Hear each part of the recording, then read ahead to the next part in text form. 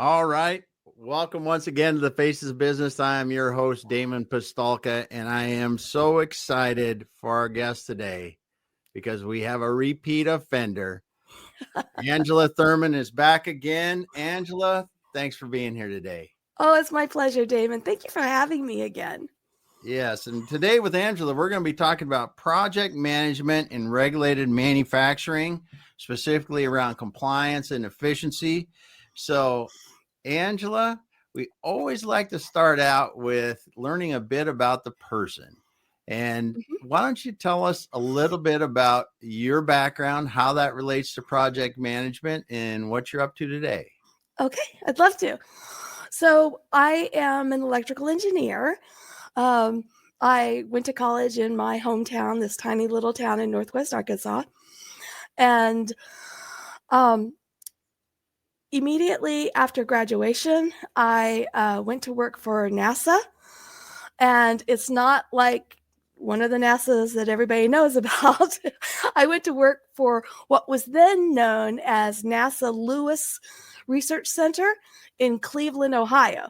So being a good Southern girl from Arkansas, I, of course, went to work for the only NASA facility north of the Mason-Dixon line. Yeah. And that facility is now known as NASA Glenn. And it's actually one of the oldest NASA facilities. It was actually a NACA, the National Advisory Council on Aviation, before NASA even existed. So a very long and storied history. And the reason that I went to NASA Lewis is because they had the program for the power management for the space station. So this is before the space station even existed. It was in planning and development at that time. Okay. And with my background, they selected me. So because NASA Lewis or NASA Glenn is located in Cleveland, Berea, in Berea, there's Baldwin Wallace College, and that's where Dr. Harold Kersner was teaching at the time. And Dr. Kersner is recognized around the world as one of the leading thought leaders on project management. In fact, he was one of the very first people to help bring about the development of the Project Management Institute. And he's written a ton of books on project management. And so NASA would bring Dr. Kersner into the lab to teach project management theory to all of the engineers, including me. So very early in my career, I had that benefit of actually learning project management from Dr. Kersner. And of course, at the time, I didn't realize how, how that would affect my career going forward. But it really, really was a blessing. Yeah. Yeah. And so that's how I got into project management. Yes. Well, and you've had throughout your career, I mean, you've had some pretty large projects that you've managed, and it does take a tremendous amount of organization to do that. Just drop a couple highlights and some of the things that you did, and then where you're at today, what you're helping people with today. Sure. So in the mid-90s, I worked for a telecommunications company called Williams Telecommunications. And I did all different phases of planning, as well as the project engineering for a company that, for example, we built a brand new fiber optic route from Houston to Washington, D.C. But we had network all across the United States. And And I even helped with the coordination of trade agreements between Williams and, say, British Telecom. Um, so that involved a lot of communications equipment, which at that time we purchased from Northern Telecom or Nortel. And so I helped to manage the overall procurement of $2.5 billion of Nortel equipment. That's a bit. That was a bit. In fact, we all got these fancy pens. Nortel gave us these Waterman pens Nice. when that contract was signed. Very And of good. course, that was over a very long period. It wasn't like, Yeah. oh, tomorrow we're going to take delivery. Yeah. But tracking things like you might not think about it, but here's this I'm just going to say piece of equipment, but if you don't have the cables to connect it, this $100,000 piece of equipment is useless to the network. Yeah. So I would have to do follow-up with my Nortel contact to say, this is not complete. The delivery is not complete. And therefore, I'm imposing penalties and I get a rebate until it is delivered complete. So until I get those cables, the clock is ticking and I want my rebate. Well, not on the price of the cables, on the whole thing. Yeah. Yeah. And that's important in these large projects because one thing affects another, affects another, and affects another. Yes. And yes. When you're talking about multi-year projects like that, it's a huge thing. And then when you look at compliance and you're talking about the delivery of cables, that's a good example of efficiency, because if items don't come there as planned, it affects everything else and it throws your efficiencies off. Right. If I've got a crew that is installing, this site, because you literally had to build the facility and get power and, everything set up. And so if we were delayed because we were missing a set of cables for that transmission equipment, then the next site would be delayed, and it was a compounding effect. That's for sure. So as you're working through your career, what are and getting to today, what are some of the things that you're seeing common across industries? Because you've got experience in several different industries. What are some of the things that you see when you look at these long-term projects that they have in common? Development always takes longer than you expect. There are going to be delays because, for one thing, the requirements at the beginning can be very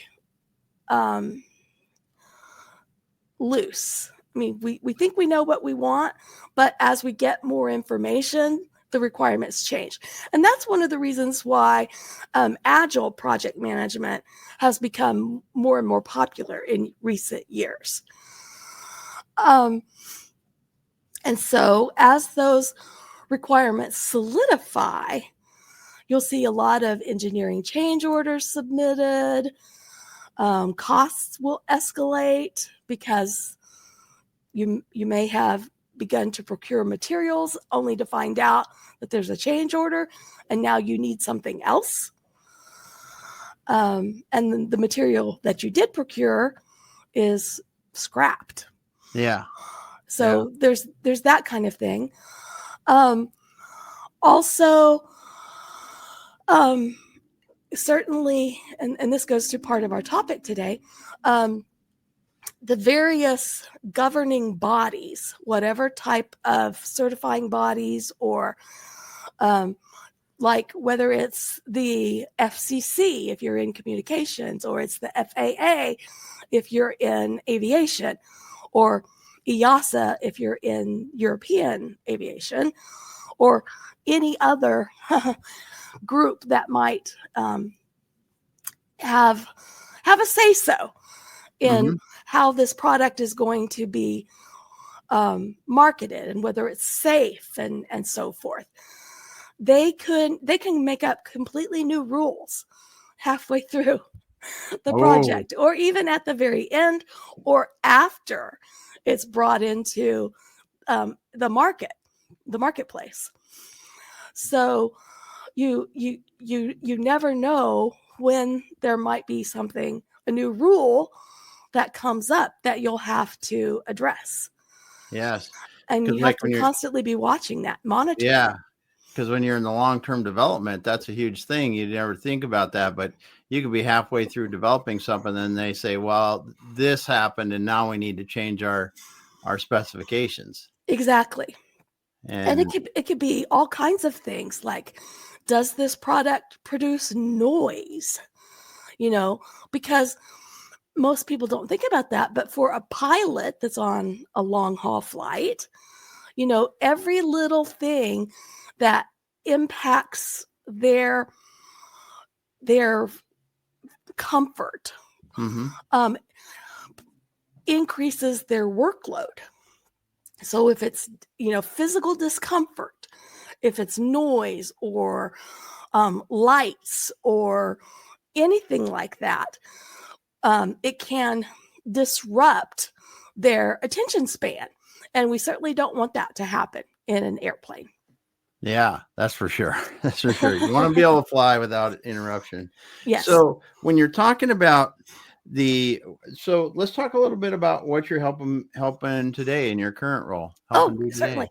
Yeah. So, as of April the 1st, I recently took a new corporate role with a company called Macrofab, and located here in Houston, a remarkable company. It's a um, smaller than the companies I've been working for Yeah. anyway.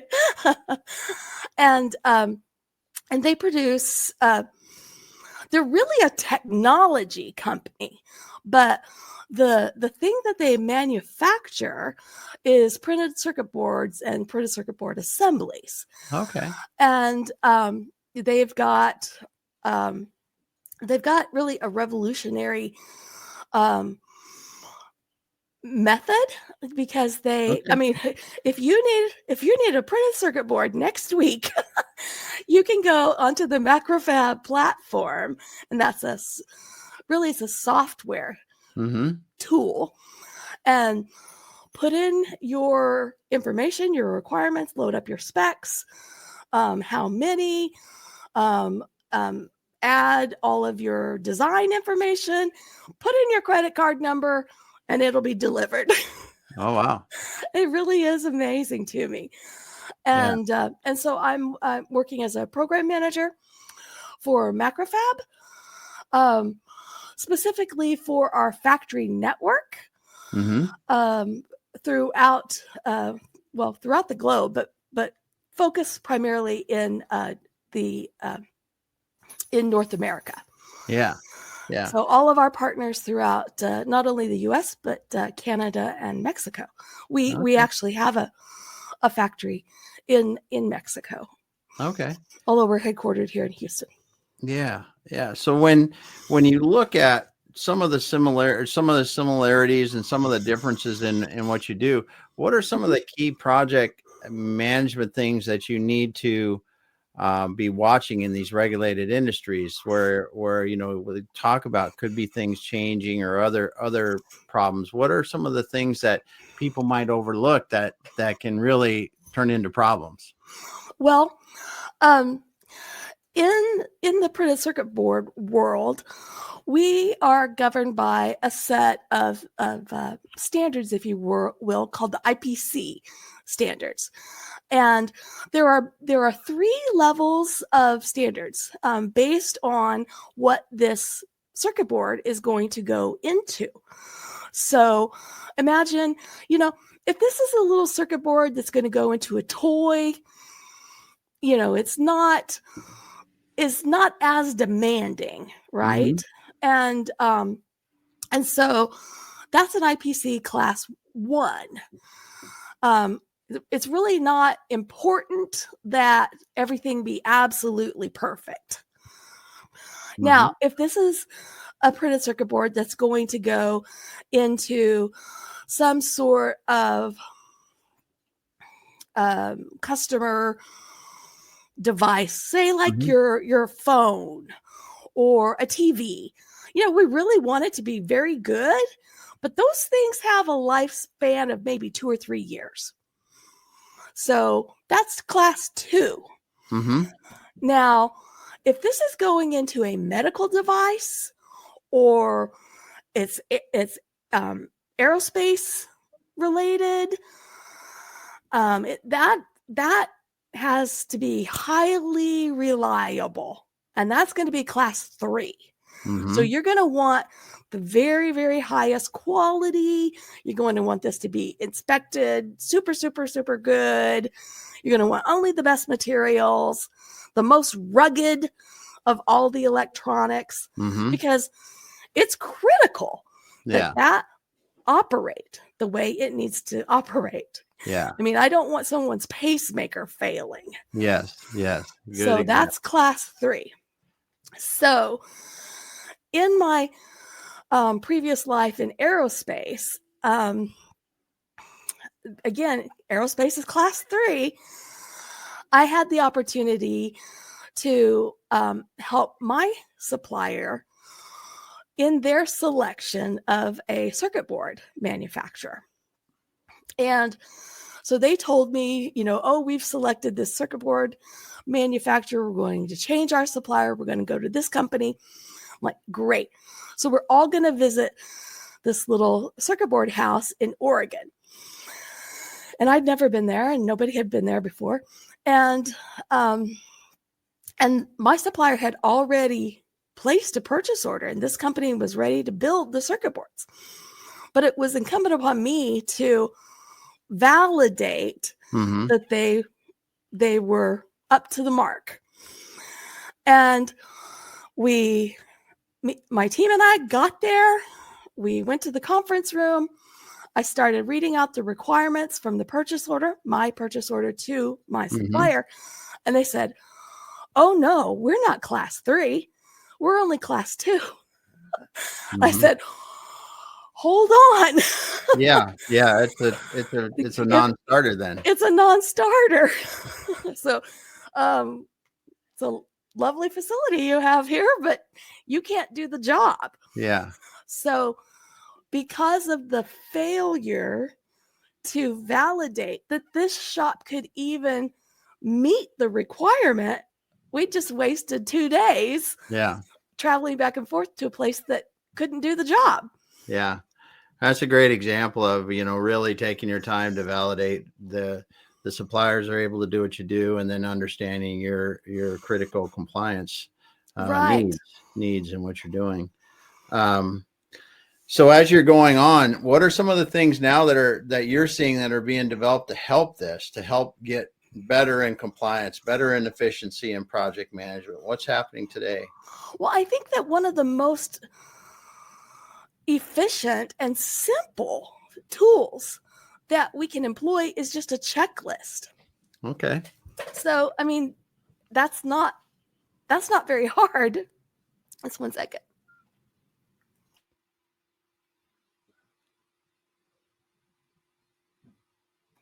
Pardon me. I've been battling a cold for about 3 days. Okay. All right. I think that's just one just of the a good solid checklist makes a huge solid difference. Checklist. Yeah. Yeah. And then making sure that everyone involved understands what is the measurement, what is I hate to say standard, but what is the measuring rod that you're going to use. Because if they think that, if your supplier thinks that, oh, they're going to use this rod to measure me, and you come in and say, oh no, I'm using this rod. Yeah. And that's not fair to either of you. So I think it's really, really important that you make it clear from the outset how many hoops do they have to jump through, and just try and be fair about it, and make it clear that either they have to be ISO 9000 certified, or they just have to be, Yeah. Yeah. not. It can't be considered unless they meet the requirements. That's what it is. Yeah. What are the what's the ante to get to play at this table? Yep. Yep.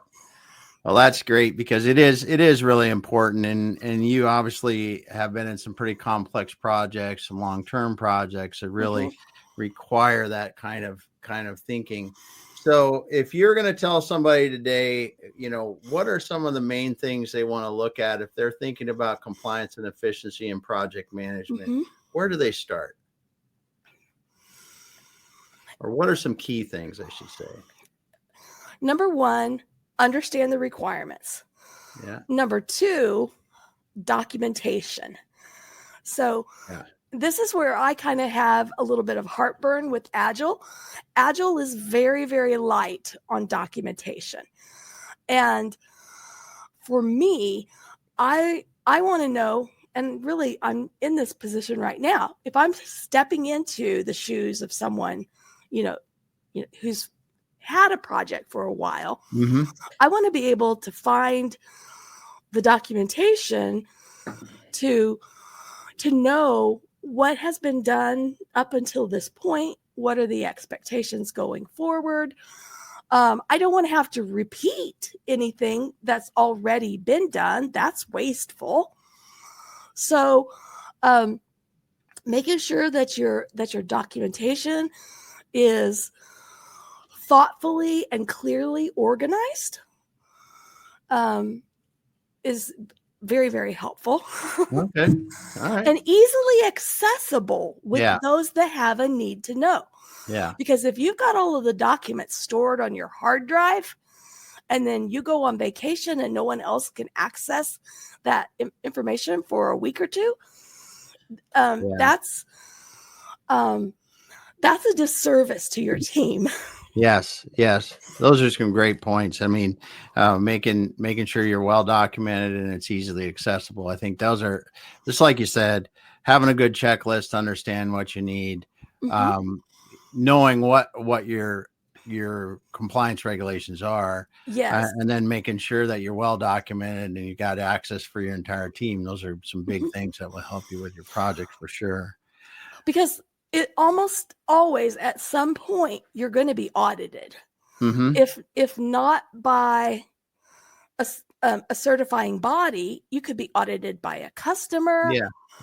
And they're going to want to see the evidence that you have these processes in place and you have these documents. You are following good quality standards and so forth. You've got a QMS in place. And not only do you have a process, you're following the process. Your employees know the process, they're following the process, and you have the required outputs. Yeah. Good stuff. Yeah, such good stuff. Well, Angela, I just want to thank you for coming by today and stop by and talking a little bit about project management and regulated manufacturing, and the compliance and efficiency things. I appreciate you stopping by, and I want to say thanks to all the people that were listening. We had Yazen stop by and drop a comment, a thumbs up on us. Thanks for doing that. I can see we got other people watching. Thanks for you being here today. Appreciate you stopping by today, Angela. Oh, thank you. It's my pleasure. All right. Well, thanks everyone for showing up. And if you got in here late, get back to the beginning, because Angela has some significant project management experience. You want to connect with her on LinkedIn if you haven't already, because she is the person that I would go to for project management expertise. That's for sure. Thanks again, and we'll be back next week. Angela, hang out. We'll finish up offline. Okay.